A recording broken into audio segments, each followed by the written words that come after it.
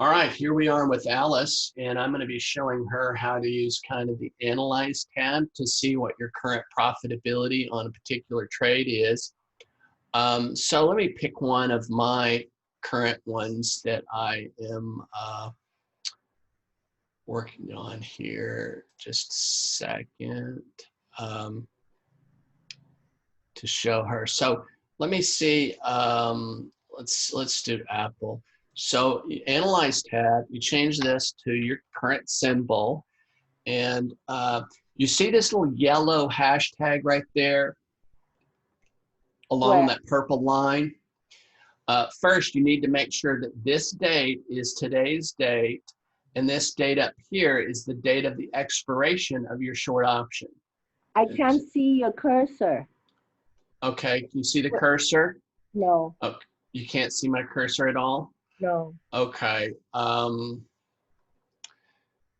I do. Okay. So at the very top is a July 18th, and the bottom one is June 19th. So you need to make sure those dates are correct. Okay. And where's your cursor again? Okay, I think it's your computer speed or your internet speed that's keeping you maybe from seeing my cursor. Okay. Do you see the cursor now? No. That's weird. You see me. I see you. So you're not seeing my screen? Now I see the pen. I just see it. I just see a little bit. The pen, it's moving. Okay. See this little hash mark there on the chart? I'll expand it so you can see. I know you're kind of, all right, you see a bigger chart here?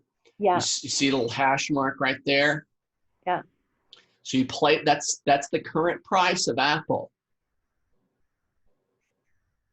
Okay. So if you look at the purple line, it shows you as of today, I've lost $120, $50. If it closes at that price on expiration, I will make 1,019. Okay. So I'm wanting you to place your cursor right on that little hash mark to see what your profit is today and what your profit is at expiration.